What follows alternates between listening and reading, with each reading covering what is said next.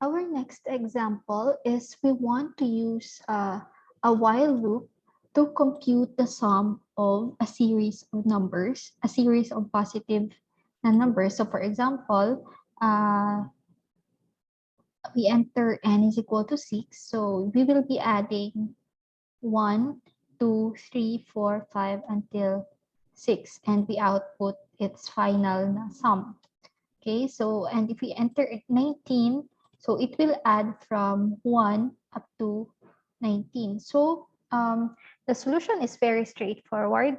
So we will have, similarly, we will prompt the user to enter a number, let's say 6 or 19, and we will be saving it to our variable na n.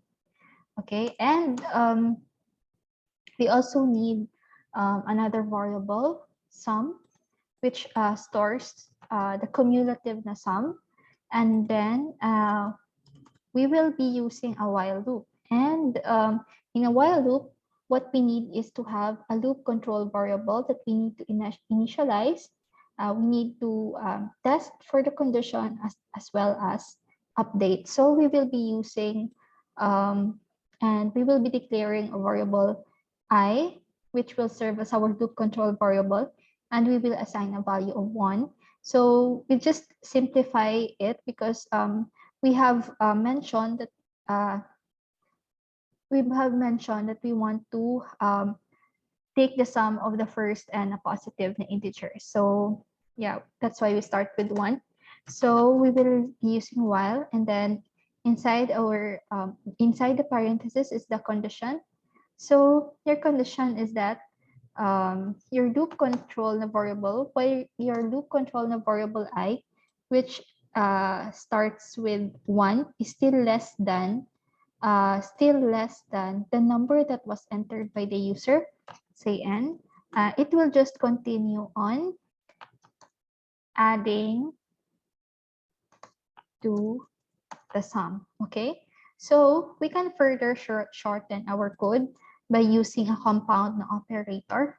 So this will be equivalent to sum plus equals I. Okay, so let's just print so we can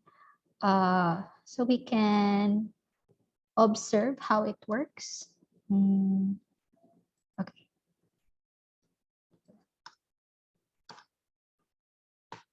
So the sum is equal to %t at iteration %t. So we will be printing the current value of sum at every iteration I. Okay, and of course we shouldn't forget to update the I. So we need to increment it, so we will not it will not result to an infinite na loop. So let's check if it works. Okay. Okay, let's say we enter a number 6. Oops, the sum plus or equals I. So we need to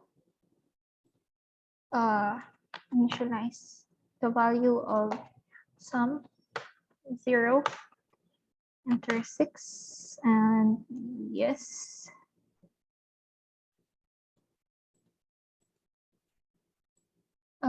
Is there something wrong? So since we started with 1 and then we used the wrong operator, it only looped until 5 because our condition is I is less than n, meaning it will stop once your value is equal to 5. Okay, so instead of less than, we should fix this by using less than equals instead. Okay, let's see if it is correct now. And yes, it is now equivalent to the example that we have set. Okay, so at first iteration, the sum is still equal to 1. And then at second iteration, at iteration 2, so your 2 is being added to the previous na sum, which is 1. And then on the third na iteration, your previous na sum is 3. And then plus the value of your loop control variable 3 is now 6. And 6 plus 4, 10. 10 plus 5, 15. And 15 plus 6 is now 21. So what about the other example, which is 19? And it is also equal to 190. Okay, so that's it.